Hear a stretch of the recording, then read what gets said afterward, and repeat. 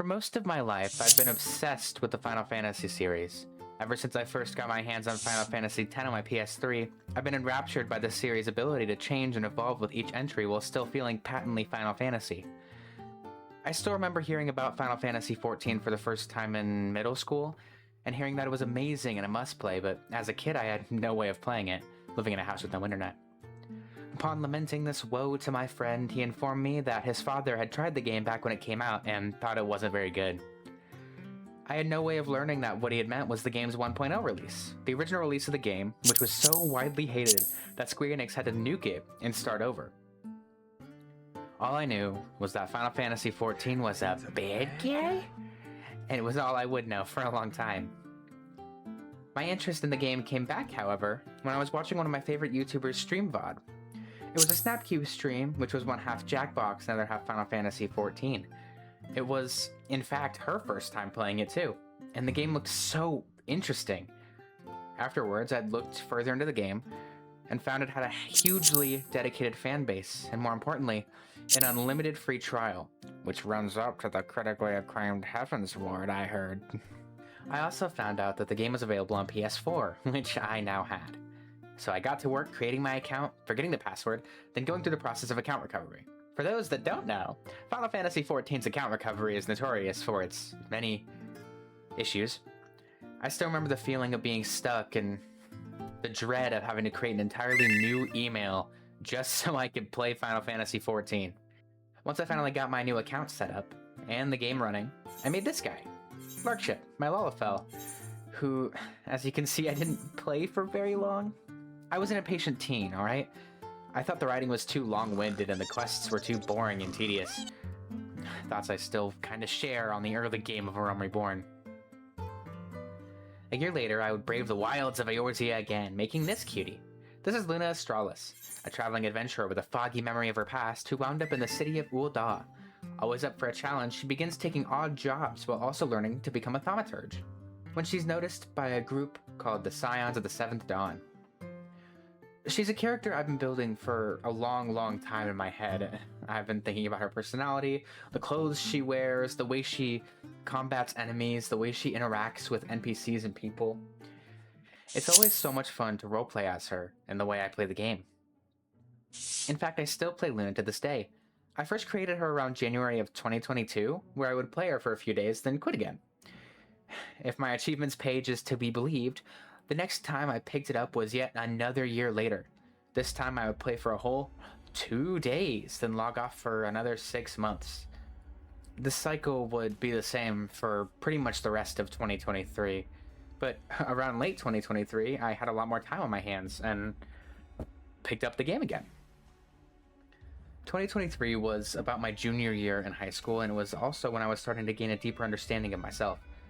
I became closer with the people I was friends with, got into my first and current relationship with the love of my life. I began to truly understand how I take as a person. I got my first diagnosis for ADHD back when I was in kindergarten, but went unmedicated until around 2020. I remember taking Adderall for the first time and the awful way it made me feel, so I stopped taking the prescription. In 2023, I was still unmedicated, but we were finally out of the pandemic and I had become a lot more confident in myself. I began to do research into ways to handle my ADHD in my day-to-day life. And doing so also affected the way I played video games. I finally began to intake written dialogue a lot better. I paced myself with longer games to allow for easier understanding. I began to finally look into side quests and major side stories within those games. With this newfound self-understanding, I would finally pick back up Final Fantasy XIV with the intent of finally enjoying my time with the game. This time didn't feel too different. I got in, did a few quests, got back off, but something in me had changed. I felt a desire to go back, so I did. I got the game on my PS5, which I now had, and my PC, which I also now had, so I could play it no matter where I was in my home. I blasted through quest after quest this way.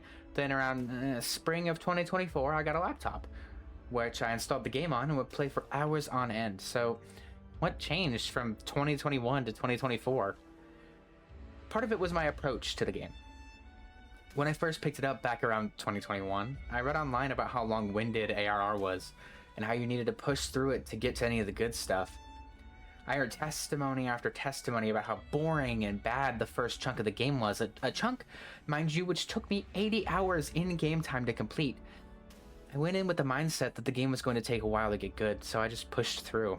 I ignored all the interesting world and characters in the interest of plowing through the MSQ in order to catch up with my fellow players. I let myself get carried away in the thoughts of what was to come that I forgot that the roses on this side of the garden smell pretty nice too if you know where to look. So when I picked it back up again in 2023, I began to stop and smell the roses. I began looking into side quests. I began actually reading dialogue, no matter how long-winded it was. It also helped that I picked back up the game around when my Warrior of Light first traveled into Ishgard. Probably one of my favorite locations in the entire game. The lore, clearly hidden deeper in the location, really stuck with me, and when I found out that Heavensward was mainly focused on it, I was even more excited to catch up.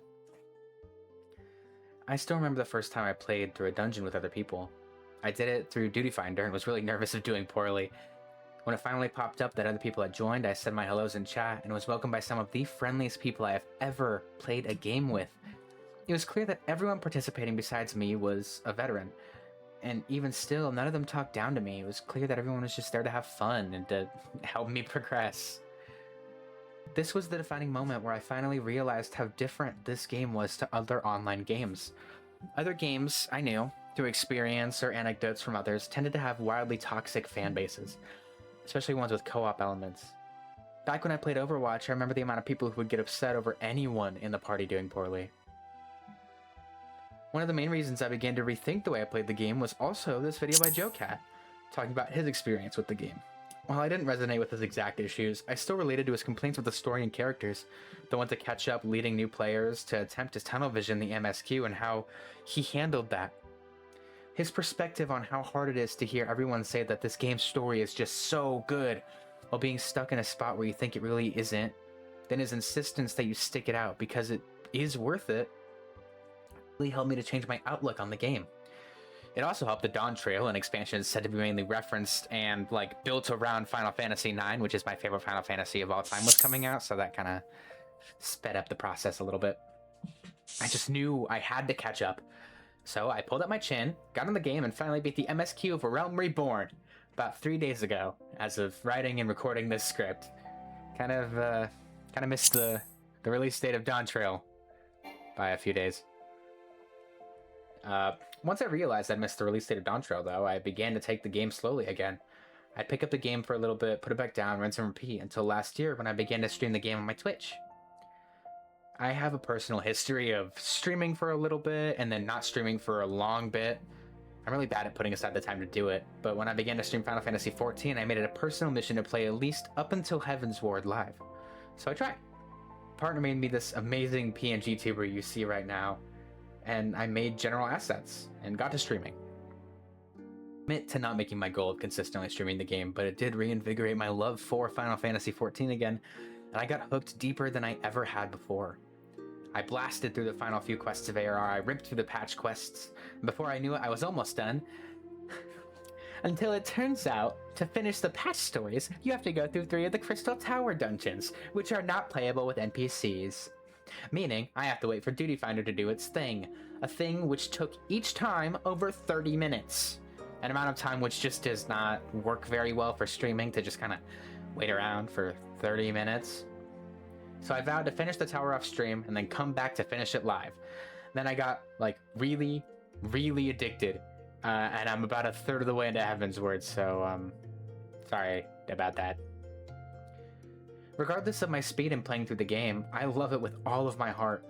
I love my character, I love the world, I love the NPCs, I love the direction the story is headed. Final Fantasy XIV has been in the background of my life and has honestly helped me to make me the person I am today. For those that couldn't tell, I'm a trans woman, and as silly as it may seem, part of my journey to this point was through her. Turns out the black mage to transgender pipeline is real. Playing as Luna helped me to become more comfortable with myself and the idea that maybe I wasn't a man. It helped me come out of my shell in a more anonymous and safe way. There's a chance I wouldn't have accepted myself at this point if I hadn't played the funny fantasy MMO where you can get ERP'd at in Limsa by random cat girls. I know I'm not alone in this either. Part of the reason I wanted to get into the game was for its unique community. The people behind said cat girls. I saw how much joy this game brought people around the world, the turnouts to events and pop-ups, the social media storms brought about by new expansions or patch stories. I could tell even back when I was an outsider that Final Fantasy XIV was something special. Look, if you haven't already, or if you feel like you're in the same boat as I was a few years ago, I can't recommend enough playing Final Fantasy XIV. If you are playing it and are new and feel a little stuck or lost, make sure to take your time, you know? Read the dialogue, enjoy the quests. Not like how everybody says to like build up until later, but just to enjoy it. Enjoy it for what it is now, you know? Trust me when I say the game becomes 100 times more enjoyable when you start taking the time to actually, like, enjoy it. And I'm also a little biased, but a few days ago, the Switch 2 port of Final Fantasy XIV came out, and I have been playing the shit out of it. It is so much fun. It is, in my opinion, the very best way to play the game. It's so nice to just cozy up under a comfy blanket with like tea or coffee and just grind a few quests out. Anyways, from my home to yours, I've been Larkship, and have a great night.